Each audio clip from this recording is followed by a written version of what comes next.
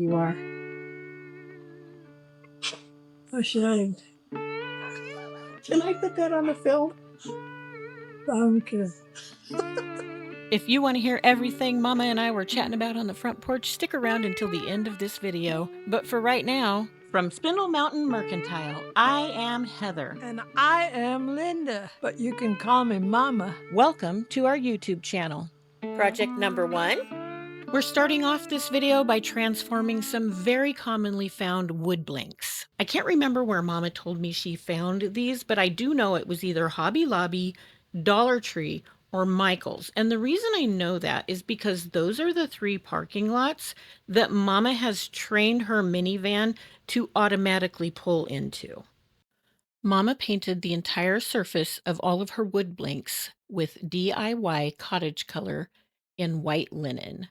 This is a 3-in-1 paint, so it doesn't have to be sealed, and it has a built-in primer. It is available on our website at spindlemountainmercantile.com. Mama's using some painter's tape and a tape measure, which I eyeball it. Mama uses a tape measure and gets it just right. She's going to paint the top blue, and you know what? She cheated. She used some paint that she brought from home. This was actually before we brought the blue iris to the house. So Mama, she's impatient. So she uses what she has on hand. And she remembered to paint the outside. Sometimes we forget that. Now she is adding this green tape again. On the bottom, she put one piece right in the middle. And now she's adding 2 pieces right next to it. The middle piece she's lifting up, and that's where she will put her first red stripe. And she's going to continue the same process all the way across, using that one piece of tape to measure where the next stripes will go.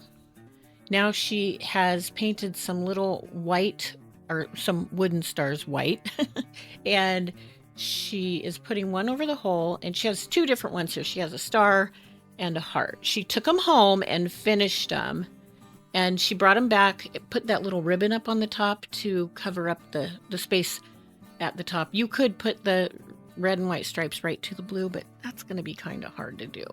She did seal this with Debbie's Big Top because we just weren't sure if the paints that she used, that she intermingled with the good stuff, was going to hold up. So she's just adding the Big Top.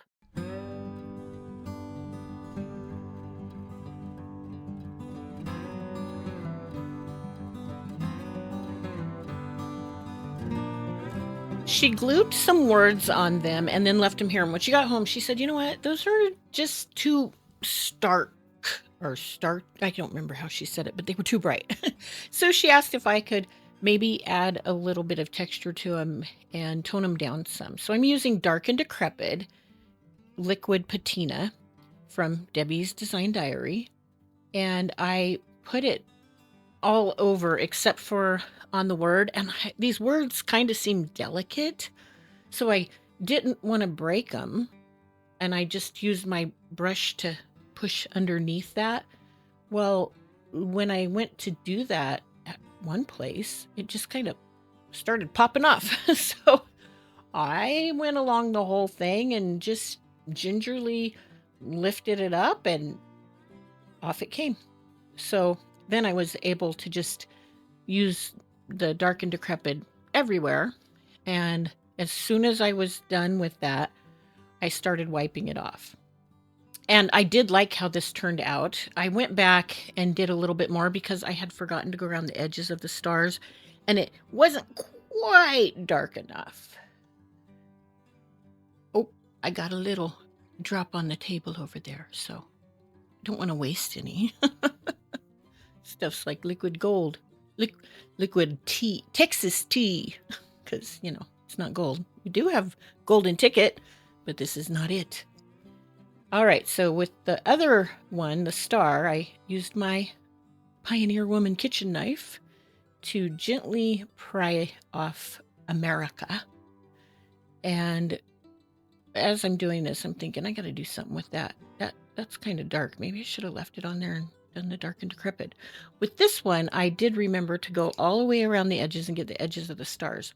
and I left it for a while. I don't know why this turned out so different, and except for maybe we missed a spot of big top, or I don't know. I don't know what happened, but I like this one way better. It is not at all even.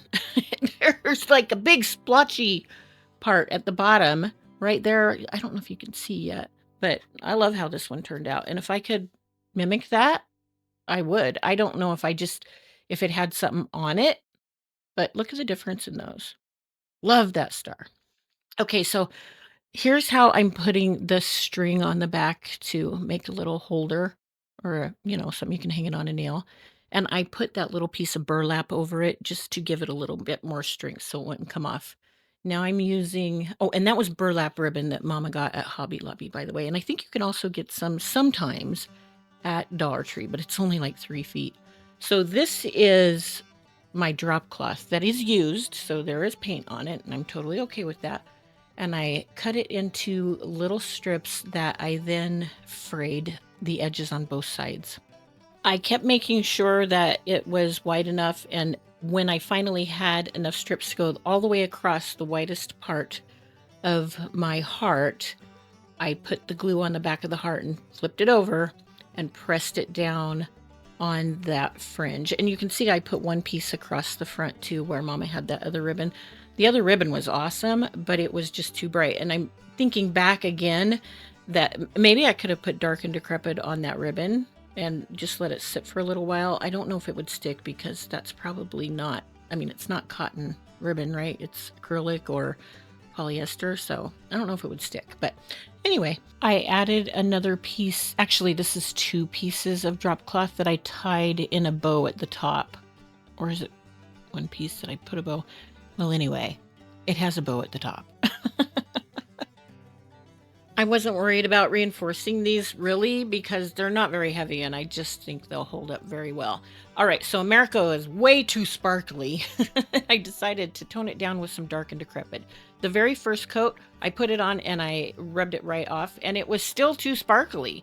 So I did another coat and let it sit. It was still a little bit too much sparkly.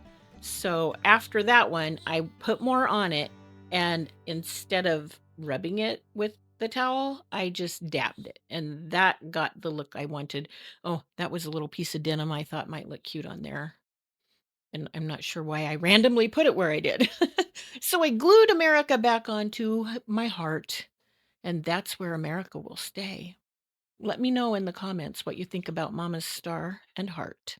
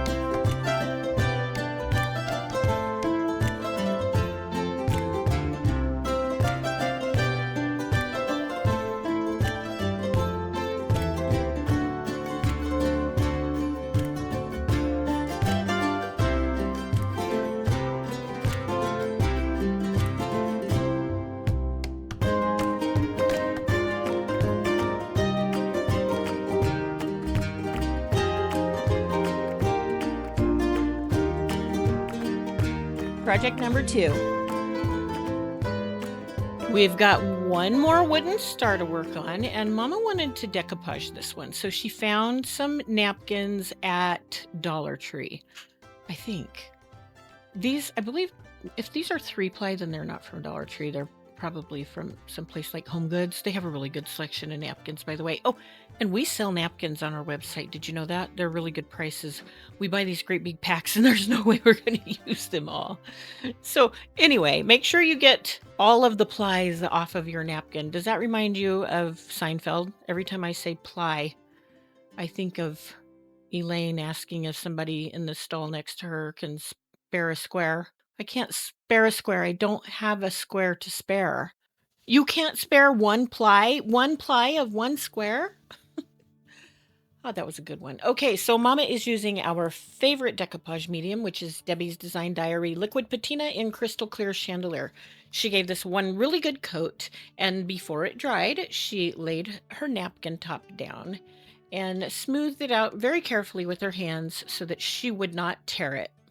It's really difficult to get wrinkles out of decoupage when you use a napkin, and I have heard that from even the best of decoupagers.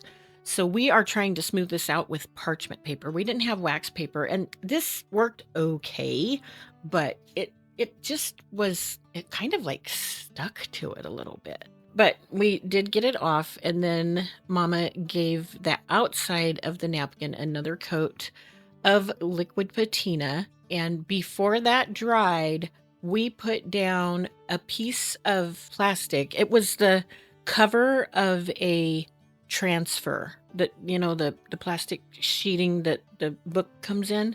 It's one of those, and it worked really well, but you could probably use saran wrap too. Now, Mama swears that she has seen a bunch of you iron their decoupage after it dries. And I tried that. Me and my sweet husband worked on it. And I was like, this has to work because Mama said it works. And I don't want to disappoint Mama. So if y'all could guide me towards some of those how-to videos, I would sure appreciate it. She's just using one of my nail files to sand off the edges of the paper once it was dry. That's such a great technique. You can also burn it, but my husband hates it when we play with fire on videos that thousands of people are going to watch because he doesn't want to be responsible for me teaching someone how to burn their house down. Next, I took a whole bunch of red scraps of fabric and I ripped them on one side. It didn't matter if the other side was not ripped because it's not going to show. And I frayed the ripped edges. I didn't care how long they were. In fact, I wanted them to be different because I just don't want it to be matchy match. I sped this up to 50 times the normal speed to show you how long it took me to fray all of this. And it was over 15 minutes. And then I had to go back and make more because I didn't make enough in the first shot. You really need to make a little bit more than 2 times as much fabric as you want because you're overlapping it the whole way around. So I made sure the frayed edges matched up. And then I went back and I cut the other side of the strip where so that it would all be even. And, you know, even though that's hidden behind the wood, it's easier to glue it down if it's all set up right? Okay. So right here I made a mistake. I should not have glued that end down. I should have left the very end loose so that when I get back all the way around with the other end, I can glue those together and you won't see a raw edge, but that's okay. I just lift it up later. So what I do is I put glue down on the wood, then a piece of fabric. Then I put some glue on one side of that fabric and fold the fabric back over that. And where it is folded over, I put some more glue and I refold it back over itself onto the wood, which I have also put glue on. And I start the process over again. When you're doing the points, you have to do little tiny steps. So that way, when it fans out at the outer edge where it's frayed, it won't gather, or it won't kind of like, it won't bend itself over. You want to give it plenty of room to stretch out like a fan, you know, like those little church fans that are all wrinkly or folded. And at the bottom, it's folded more when you open it up. That's the same idea that you do here. So once I got done with just a little bit, I flipped it over to make sure that it was looking the way I wanted it to. And I did this a few times during the process because, you know, sometimes I get carried away and I'm not really paying attention to what I'm doing because I'm thinking about 500 other things or talking to people and doing other stuff. So I kind of check my work often. You wouldn't believe how many times I have to go and rip stuff up. Well, you might. You know what? A lot of you are like me, so you might know. Okay, right here is where I lifted up that piece of the edge and I glued it to the other edge. And that way you couldn't see that raw seam. Mama bought these letters to put on a different project and there were 2 of each. So I spray painted these gold and I didn't do anything fancy to them, just spray painted them. I'm using wired burlap ribbon to make a hanger, and I just glued it on. By the way, my glue gun isn't super hot, or my fingers are dull and damaged. I don't know, but I don't get burned when I touch my hot glue. And you really want to press that fabric into your glue. So if your hot glue gun is super, super hot, make sure to wear protective covering on your fingertips, or use something else. Like I used the scissors on that burlap ribbon because that glue went right through that really super easy. Now this is a messy pile bow. You just take a bunch of ribbon, pile it up, and tie some string around it. And that's my friend Sabrina's idea. I went ahead and cut the edges in some duck feet and slanted some of them so that it won't fray. And to cover up those messy parts on the back where maybe I had a little too much glue, I cut out almost a star and covered those up by gluing it down. And here is how my Valentine decor inspired star turned out.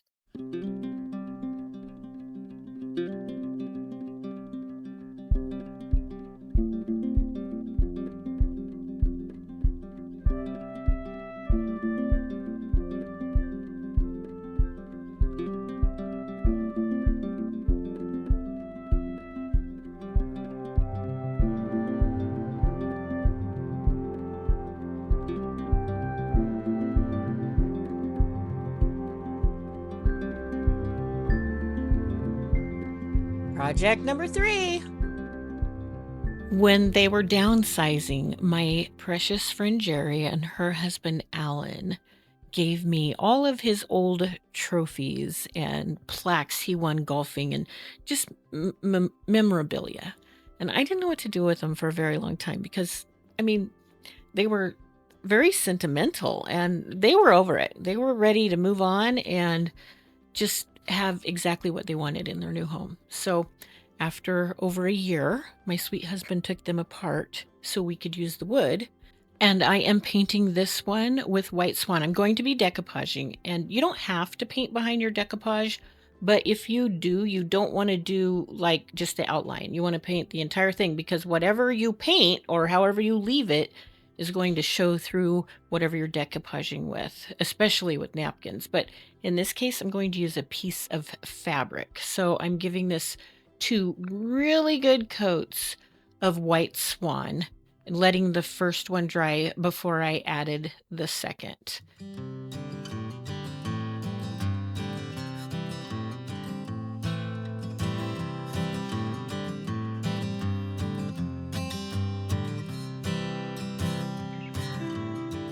As is my way, somehow I do not have film of putting the fabric down, but it was super easy. I love decoupaging with fabric. I just discovered it a few weeks ago and I'm hooked. There's no wrinkles. And if there is a wrinkle when you start, you don't even have to iron it because it comes out. Oh, it's amazing. Do you see how I'm pulling my brush away on the edges? That's because it's frayed all the way around and I want all of the strings to go the correct direction. So after I got a goodly amount of liquid patina on it, I went ahead and brushed those out. And then I let that dry and I put another coat on it and let that dry. The next day, I added the first layer of Pint Art Crackle. This is the classic crackle. You want to put it on fairly quick and pretty thick, but not too much of either of those because it dries very fast and you want to be able to get it moved around without having big globs of it, which will happen, trust me. Don't ask me how I know because it's embarrassing. This is the second coat, and I put this on after the first one was completely dry. Like, I mean, hours and hours later. Heck, it might have been the next day. Looking at my mess, I don't know, my mess looks kind of the same. My mess is usually ever changing, so this was probably the same day. Okay, this is the part where the trophy was, where the little guy swinging the golf club was. And my sweet husband said, hey, you could put a candle in there. And I thought, yeah, I could. And I could put a lot of things in there. So we kept all those little doohickey things. And I painted this one white.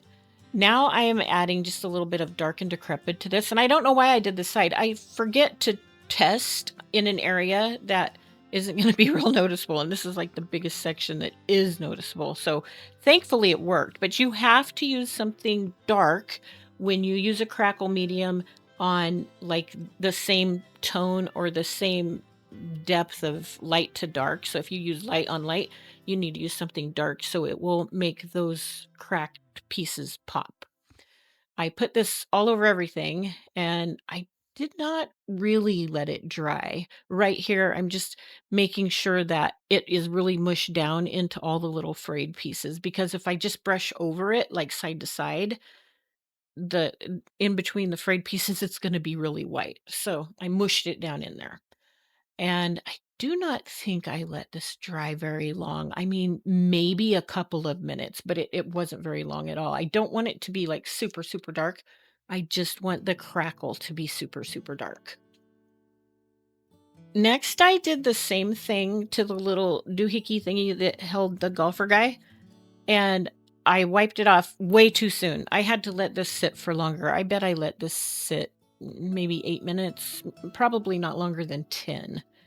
It was super white when I got done. So the second time I did it, I just kind of dabbed it off in different places, and where it was inside right there, I did have to really rub it off. But I just, you just mess around with it until you get it how you want it.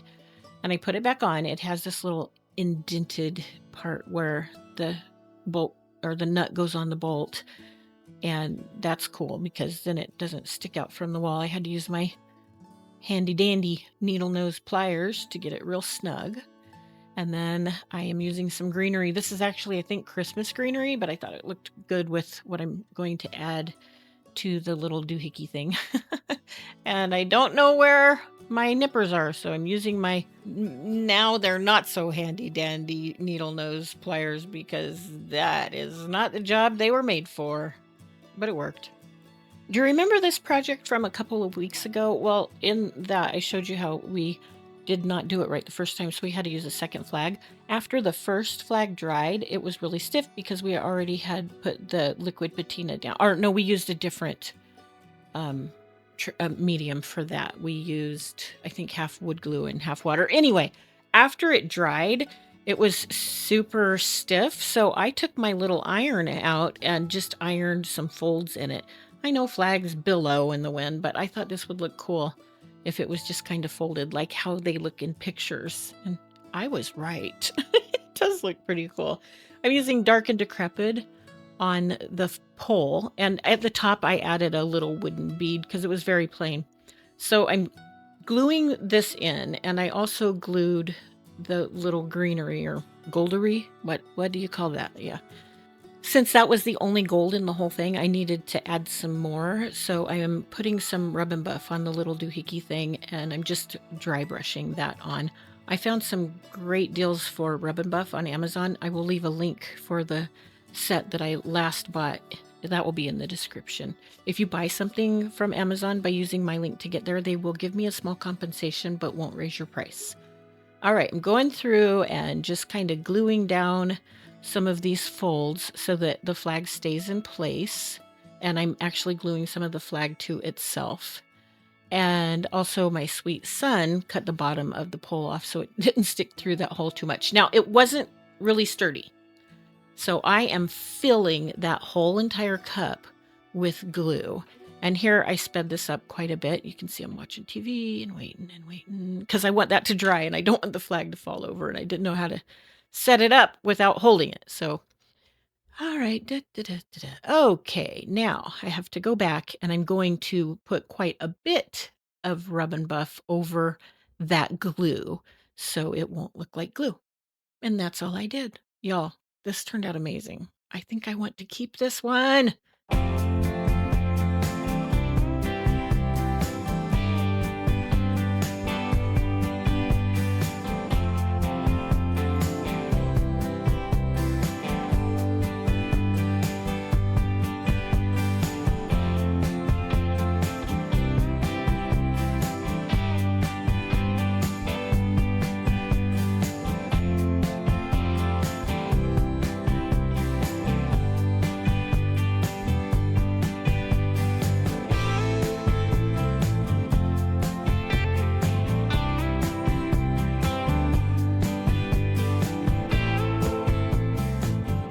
Project number 4. In last week's video, we shared a cutter quilt Mama and I made together. A cutter quilt is one that maybe has too many holes or is too worn to use as what it was originally meant for. So you cut it up and use it for different projects. And patriotic cutter quilts are very difficult to find. So we made our own. We didn't want to let y'all down by us being perfect. So I don't have film of Mama putting the quilt in this frame. She did that while I was working on something else. So here I am with the tags I want to put on it and make it look like they're a banner, kind of, or what do they call that? Like in the car lots where they put all the flags. I want that to look like that. So I am using the biggest tags I had, which are galvanized, and I'm just using an acrylic marker, and I didn't like it. But somebody said they like watching me do some of my lettering, so I left this in for y'all.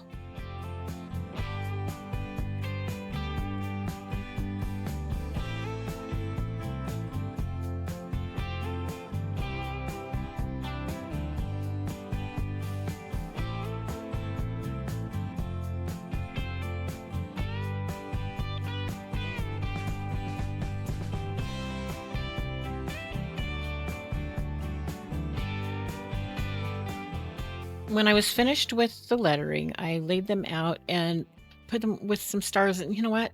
I just didn't like how it looked. So I asked Mama to try to find some wooden ones to put on the tags. And she went to Hobby Lobby and found the ones that we showed you earlier. I even went back with a little bit of silver Sharpie paint marker and made some accents on them. It wasn't right. It didn't look right. And I had some fun ideas. I was going to put a little piece of twine through them and make it loop around and go from corner to corner, but it's okay. It's okay because I really like how the other ones turned out. Now, this is E6000, and I want you to look closely. That point, that's the kind of E6000 you want for crafting. Sometimes when you buy E6000, it comes with this flat head. And if you ever buy that, don't worry, because look what they have on Amazon. They have these little pointy tops because people do that. All right, so here's the letters, and I first used, you can see, maybe you can't, but there's hot glue on there because I tried to put them on with hot glue and they popped off pretty easily when I was fixing the back, putting the paper on. And oh, look, that's how I measured with a piece of paper. I just wanted to find the center so I could put the S right in the center. I spray painted these with Rust-Oleum aluminum spray paint, and I did the stars the same color. I thought that looked good. It matches the frame. By the way, I took some rub and buff and went all the way around the frame. I didn't do it super heavy because the frame was already a silver color that had some black streaks in it, but I wanted it to match the letters better. And that worked real good. And I just worked away from the center to make sure everything was centered. And now I'm using a piece of floral foam to make sure it's tall enough. All right, so the back. I cut this piece of craft paper, and you can get really cheap craft paper at Dollar Tree in the gift wrap section, or you can buy the heavy duty stuff at a hardware store or Amazon. That's what that looks like. This is my point driver. I call it my picture frame stapler and ram board tape. And this point driver I was pointed out from Bailey at Reclaimed Grace. She swore it was worth it. If you sell any pictures, you'll pay for it the first picture in your booth, and I did. Totally worth it. I'll leave a link for that too. Now you can use double sticky tape on the back of your paper and make it go all the way to the edge, but we just like doing it this way. I don't know if it's easier or what, but I mean, we have a lot of the stuff too, so this is how we do it. But later on, we'll probably try that. I think that would be a good thing, and it probably, it definitely would cost a lot less. I'm just using a razor blade to cut those edges to make sure they are squared up. And my sweet husband put a sawtooth hanger on the back of this, and we were done. I love how this turns out. Mama says I need to make a much bigger cutter quilt, and she's right, because we need to make lots more stuff like this.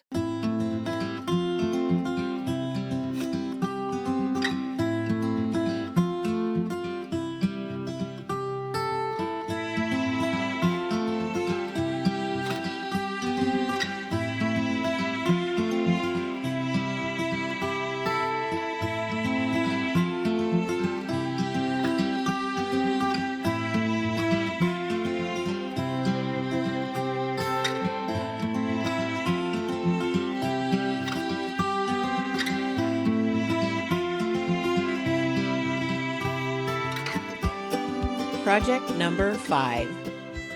I always try to put something super simple in my videos, and today that's this project. I am cutting some different sizes of fabric and ribbon to make one of those messy pile bows. And for this one, I'm using mostly off-white, like natural colors, because it's going on a spindle. And spindles sell pretty good for me. I mean, I love to sell them. I named my name after spindles, so of course I always have some in my booth. I was gifted a crib, and I've left it out since it was given to me, and that was probably a year and a half ago. So it's been in the heat and the cold and the heat and the cold and the heat and the cold, and even several different little snowstorms and lots of humidity here in upstate South Carolina. And so it has aged to perfection. My friend Keisha says if you put a piece of drop cloth on or burlap on anything that's natural, like a basket or a wooden bowl or a spindle, you can sell it for more money and you'll sell it faster. And she's right. I don't care what it is. If I go back in my booth and put some burlap or drop cloth that's frayed on something and just make a bow or even just tie it in a knot, it sells. It's almost a guarantee. All right, so I am tying this pretty close to the top of the spindle. And if you see what I did here, I wrapped it around and brought it back underneath the bow, because if you tie it above the bow, well, it's not really a bow, but the pile of ribbons, then you can see all that extra added string, and it just looks better if you hide the string underneath, because when it is standing up, that ribbon will fall down over that string. And here is what that pile looked like as I was making it. I wanted to show you this because really you need to do it upside down. So you put the string down first, and then you pile the stuff from smallest to biggest, because you want the biggest to be in the back. And where you pull up that string is going to be the back. And before you tie it really tight, you want to tie it just tight enough to hold everything in place. And then you can kind of pull the ribbons and the string or the fabric out to make sure that they are even. And I did this to 3 different spindles, and each one has a different word from the collection of Woodwards my mama found at Hobby Lobby. And I think these just look great. I am selling them for $9 each. The crib that was given to me was free, and the fabrics here are all scraps. A little bit of ribbon and a word. We probably spent $1 on this.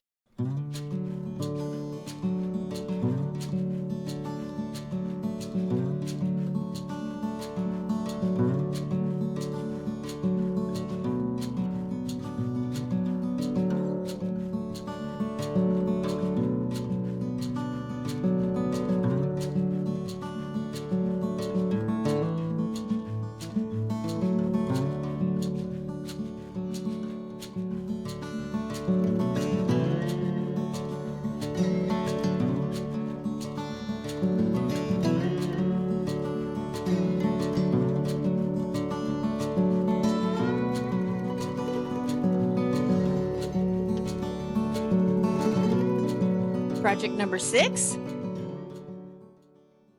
We have a new size of paint. It's 2 ounces. It's Debbie's DIY, and this color is Blue Iris. We have 11 other colors available in this new size as well, and you can purchase those in our booth in upstate South Carolina at Centerville Pickers Market in Anderson, or on our website at spindlemountainmercantile.com.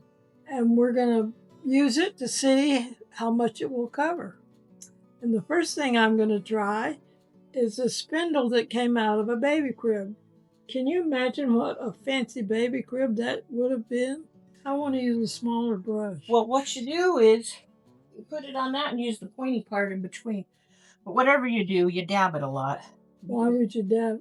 I saw somebody do it, and it worked really well. She pretty much dry brushed it is what she did.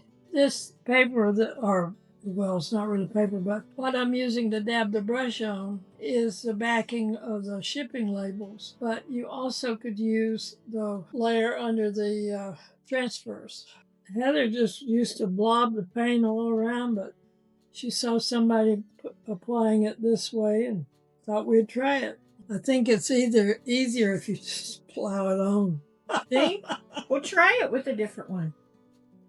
But look how little bit of paint we're using. Yeah, I agree with you on that. If you want to try it, just globbing it on, do it. Don't worry about touching up because we're gonna wipe it down a lot. This hurts my arm. I can finish it if you'd like. What? I can finish it if you'd like. Didn't use very much paint on this. I'm going to paint this spindle in Debbie's Design Diary, Carnival Red. I'm going to use a different brush and a different technique. That looks pretty darn good. Wish somebody would buy one. Wish somebody would who what? Buy one. They will. For me, this is much easier than the other way, Heather. Yeah? How come? Tell us. I don't know. I saw somebody use a sock. That was our upcycled life, but I couldn't do that because it was too much waste. I don't think you're even going to dip that in the can. I don't either. I think it's going to cover nicely and it's not loaded on. I mean, right? With this brush, you can still see the burl of the wood. It's heavily pigmented, goes on very nicely. Well, I've just been painting away thinking I'm recording and I'm not. But I taught you well. It's a good thing Heather's a boss and not me. I'm telling you. But I'm painting this with Debbie's DIY White Swan. You know, we had people comment. More than one person commented. I think 3 did. On our last video where I said I weren't no professional. And they said, don't worry about it. I told them I'm going to make you scoot real close to the table like you make me do when I was a little girl and so I wouldn't get crumbs on the floor. Didn't work then either. That's what distress them now. I don't like to distress. Mama, we do what the people want. What? Oh, I'm trying to get some paint off. Yep. That's the first time I ever wet the stress. We'll see if it continues. Nothing's happening. Hold it around it like this. Put it around it like that and hold your hand and twist the spindle. Put it in there under the screen. Like that? Yeah. Now Ooh, yuck.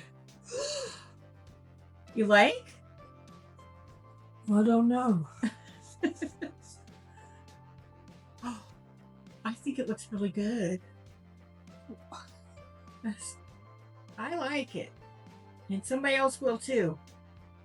Well, we don't have to do our style every time. You know what I'm saying? This is your style though.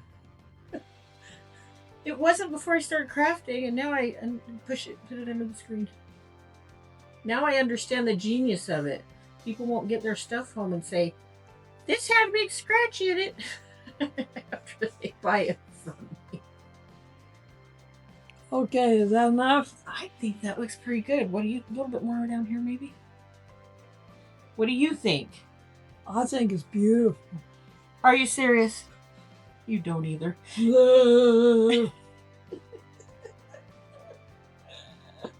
That's not vodka I'm drinking, but it probably should be. The spindles are going to be sprayed with Rust-Oleum matte finish varnish. I don't know if it's varnish. Is it varnish? Whatever. It looks like varnish. Okay. Well, Mama went home to take a nap, so she left me to make a bow. And, well, I thought I was making a bow. I layered all of these fun, neutral colored ribbons and pieces of scrap fabric and even some twine. And as I started working with it, I had to fold the back over itself. If I pulled it forward, all of the back would wrap around the little stuff and you wouldn't even see it. So I did it backwards, opposite. I hope that makes sense. And as I was doing that, it just was too stiff and it stuck out. So I gathered everything in my hand and just folded it over itself. And I'm making a tassel. Where I folded it over, I have that twine that comes off the top and it's just tied in a square knot. And that's what I'll tie the tassel to the spindle with. And now I'm just wrapping it with some of the prettier ribbon. I left a little end at the beginning, or a piece of tail at the beginning and then a piece of tail at the ending. And I'm tying that in a very tight square knot. And that's how you make a tassel, folks. I'm going to sell these 3 spindles together as a set. So I wrapped the twine from the tassel around the top section of all 3 spindles, and I secured it with a square knot that I cut right at the ends of the knot. Then I took another piece of twine and interwove it around all 3 spindles down at the bottom section, and I tied that in a very tight square knot as well. I don't want them to like twist or separate. Mama bought Patriotic wood words at Hobby Lobby, and I'm attaching one that says America and is blue to the tassel just by using one of the strings from the tassel. I have decided to sell this bundle of spindles for $27 in our shop because it is quite spectacular. Wouldn't you agree?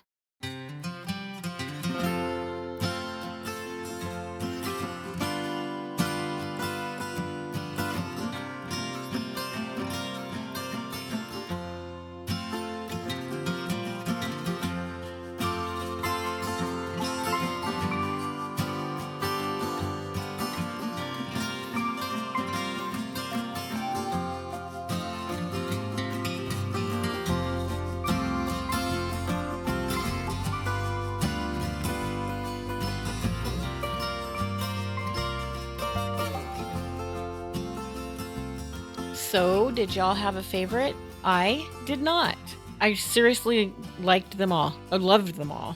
There are aspects of each one that I especially liked. For instance, the fringe drop cloth on this. Look how it twists. Isn't that awesome? I did not plan that. It just happened. And another thing I didn't plan was whatever happened in this. Please tell me what I did if you know. These were brought here together. My mama brought them in the same thing. There's no way this was dirty and the other one wasn't. So I don't know what I did. Only thing I can think of is something was on the towel, maybe some water. I don't know. Tell me if you've done that before, because I really want to repeat that. And this Valentine inspired one. I think that was pretty creative. I'm pretty proud of that, but it did take a very long time for something so small that we're only asking $9 for. Of course, spindles are one of my favorite things to upcycle, but y'all, most of all, the flag. I know what that flag represents, and I always stand for her and pledge my allegiance to that for which she stands, because I have been to other countries, and my sweet husband has served in a lot of other countries, and we know what it really means to be an American, and we are blessed to be here. And celebrating this semi-quincentennial 250th birthday is awesome to us, and we hope y'all enjoy your celebration as well. Don't forget to stay tuned to the end of the video to see what Mama and I were talking about on the front porch. And until you see us again in next week's video, we hope you have a wonderful week. And as always, we hope you are blessed. Bye.